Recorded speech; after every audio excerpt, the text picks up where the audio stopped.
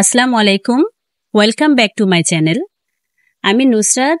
আজকে আপনাদের সাথে শেয়ার করব চট্টগ্রামের একটি ঐতিহ্যবাহী খাবার। হ্যাঁ ভিউয়ার্স, আমি আজকে আপনাদের সাথে শেয়ার করব মেজবান মাংস। আমি এর আগে মাংসের অনেক রেসিপি আমার ভিডিওতে আপলোড করেছি। ভিউয়ার্স, মেজবান মাংস রান্না করতে একটু ভিন্ন রকমের মশলা ব্যবহার করতে হয়, আর এই কারণেই এটার টেস্টটা একটু ডিফারেন্ট হয়। আর আজকে আমি আপনাদের সাথে শেয়ার করব রেডিমেড মেজবান মশলা দিয়ে বানানো মেজবানি মাংস। চলুন তাহলে শুরু করা যাক। আজকে আমি রাঁধুনি রেডিমিক্স মেজবান মাংসের মশলা দিয়ে এটা রাঁধবো। এই প্যাকেটটার মধ্যে দুটো প্যাকেট থাকে, একটা বড় একটা ছোট। বড় প্যাকেটের মশলাটা আগে ব্যবহার করতে হয়, ছোট প্যাকেটের মশলাটা পরে ব্যবহার করতে হয়। ভিউয়ার্স, আমি বলে দিব কখন কোনটা ব্যবহার করতে হবে। আমি এখানে 2 কেজি গরুর মাংস নিয়েছি। এখানে হাড়, চর্বি, গিলা, কলিজা, গুর্দা সবকিছু মিলে আমি এখানে 2 কেজি গরুর মাংস নিয়েছি। সলিড মাংস দিয়ে মেজবান ভালো হয় না। এতে আমি হাফ কাপ টক দই দিচ্ছি। লবণ দিয়ে দিব এতে আমি 2 চা চামচ, অথবা আপনারা আপনাদের স্বাদ অনুযায়ী লবণটা কম বা বেশি দিতে পারেন। আদা বাটা দিব 1 টেবিল চামচ। রসুন বাটা দিব 1 টেবিল চামচ। পেঁয়াজ বাটা দিব আমি এখানে প্রায় 3 টেবিল চামচের মতো। এবার বড় প্যাকেটের যে মশলাটা ছিল সেটা আমি এখানে সম্পূর্ণটাই দিয়ে দিব। ভিউয়ার্স, এই মশলাটা 2 কেজি গরুর মাংসের জন্য একদম পারফেক্ট, তাই আমি সম্পূর্ণটা দিয়েছি। আর আমি এখানে মরিচের গুঁড়া দিয়ে দিলাম 2 চা চামচ। আপনারা যদি ঝাল বেশি খেতে চান তাহলে মরিচের পরিমাণ আর একটু বেশি দিতে পারেন। এবার সবকিছু আমি ভালোভাবে হাত দিয়ে মেখে নিব। ভিউয়ার্স, এই মশলার গুঁড়ার মধ্যে সবকিছুই আছে।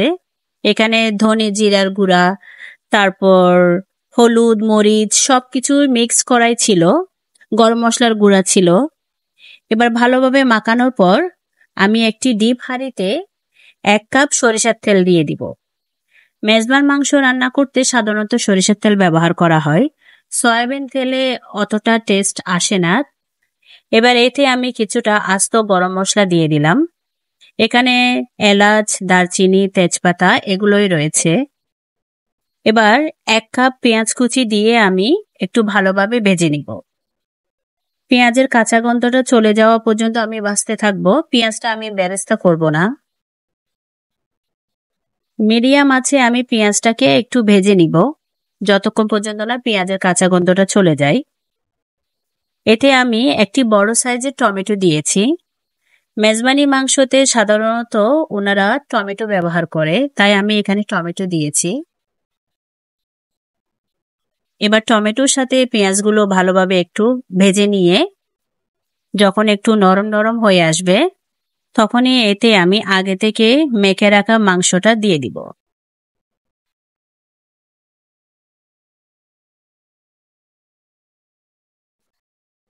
এবার মাংস আমি ভালোভাবে কষাবো।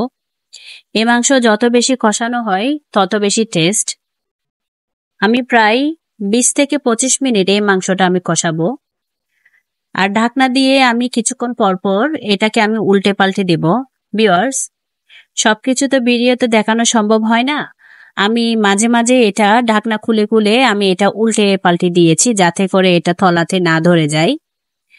আমি কিছুক্ষণ পরপরে ঢাকনা খুলে খুলে এটা নাড়াচাড়া করেছি। আপনারা এটা একটু পরপরে নাড়াচাড়া করবেন। যেহেতু আমি এখানে টক দই ব্যবহার করেছি তাই এখানে প্রচুর পানি ছেড়েছে, আর এক্সট্রা পানি দেওয়ার কোনো প্রয়োজন হয়নি। আমি প্রায় এটা 20 মিনিটের মতো মিডিয়াম আছে এটাকে আমি ভালোভাবে কষিয়ে নিয়েছি। দেখুন ভিউয়ার্স, 20 মিনিট পর মাংসের উপরে যখন এরকম তেল উঠে আসবে তখন বুঝতে হবে মাংসটা ভালোভাবে ভাজা হয়েছে। এবার এতে আমি পরিমাণ মতো পানি দিয়ে মাংসটাকে সেদ্ধ করে নিব। আমি এখানে গরম পানি ব্যবহার করছি। গরম পানি দিলে মাংসের কালারটা সুন্দর থাকে।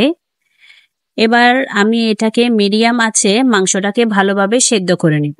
যতক্ষণ পর্যন্ত না সেদ্ধ হয় আমি একটু পরপরে ঢাকনা খুলে খুলে এটা নাড়াচাড়া করে দিয়েছি।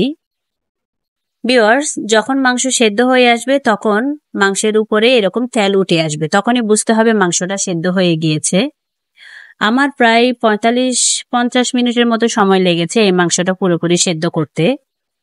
যখন মাংস ভালোভাবে সেদ্ধ হয়ে আসবে তখন এতে আমি আমার যে ছোট প্যাকেটটা ছিল মশলা সেটা আমি এখানে দিয়ে দিব। আমি এখানে কিছুটা স্বাদ বাড়ানোর জন্য 5 থেকে 6টা কাঁচামরিচ ব্যবহার করেছি। আর যে মশলাটা ছিল ছোট প্যাকেটের, যে মশলাটা ছিল রেডিমিক্স, সেই মশলার প্যাকেটটা আমি এখানে দিয়ে দিলাম সম্পূর্ণটা। এবার এই মশলার সাথে আমি মাংসকে আরেকটু ভালোভাবে মেখে আরো কিছুক্ষণ আমি এটাকে দমে রাখবো।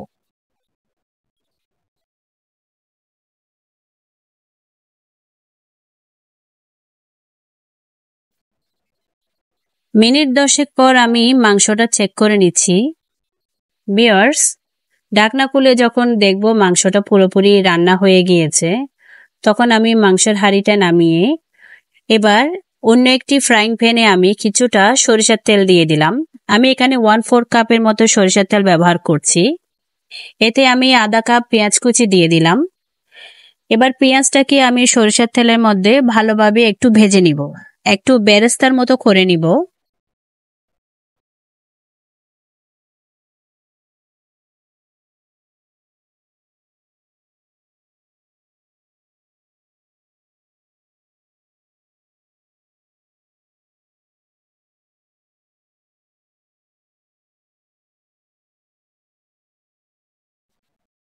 পেঁয়াজের কালার যখন এরকম গোল্ডেন কালার হয়ে আসবে তখন আমি এটা রান্না করা মাংসের উপর ঢেলে দিব। দেখুন ভিউয়ার্স, যখন মাংসের উপর পেঁয়াজটা ঢেলে দেওয়া হয় তখন একটা আলাদা সুগন্ধ বের হয়। এটা আপনারা নিজেরা না করলে বুঝতে পারবেন না। এটা এত সুন্দর একটা মিষ্টি গন্ধ ছড়ায়।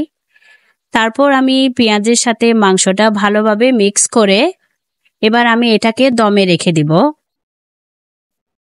মিনিট 5 মাংসটা দমে রাখার পর আমি আপনাদের সাথে দেখাচ্ছি কেমন হয়েছে এটা। দেখুন ভিউয়ার্স, মাংসের কালারটা কতটা সুন্দর এসেছে। আর আমার মাংস রান্নাটা একদম কমপ্লিট। মেজবানি মাংস সাধারণত গতানুগতিক মাংসের রান্না থেকে একটু ডিফারেন্ট হয় আর খেতে অত্যন্ত সুস্বাদু। আমি খুব সহজভাবে আপনাদের সাথে এই রেসিপিটি শেয়ার করেছি। রেডিমিক্স মশলা দিয়ে আমি আজকের এই রেসিপিটি আপনাদের সাথে শেয়ার করলাম। আশা করব আমার রেসিপি আপনাদের ভালো লেগেছে। যদি ভালো লেগে থাকে তাহলে প্লিজ আমার ভিডিওতে একটি লাইক দিবেন, কমেন্ট করবেন আর বেশি বেশি শেয়ার করবেন। আসছে কোরবানির ঈদে আপনারাও আমার মতো এরকম একটি রেসিপি রাখবেন, এটা আমি আশা করি। পরবর্তীতে নতুন কোনো রেসিপি নিয়ে আবারও আপনাদের সামনে হাজির হব। সে পর্যন্ত সবাই ভালো থাকবেন, সুস্থ থাকবেন। আজকে এ পর্যন্তই। আল্লাহ হাফেজ।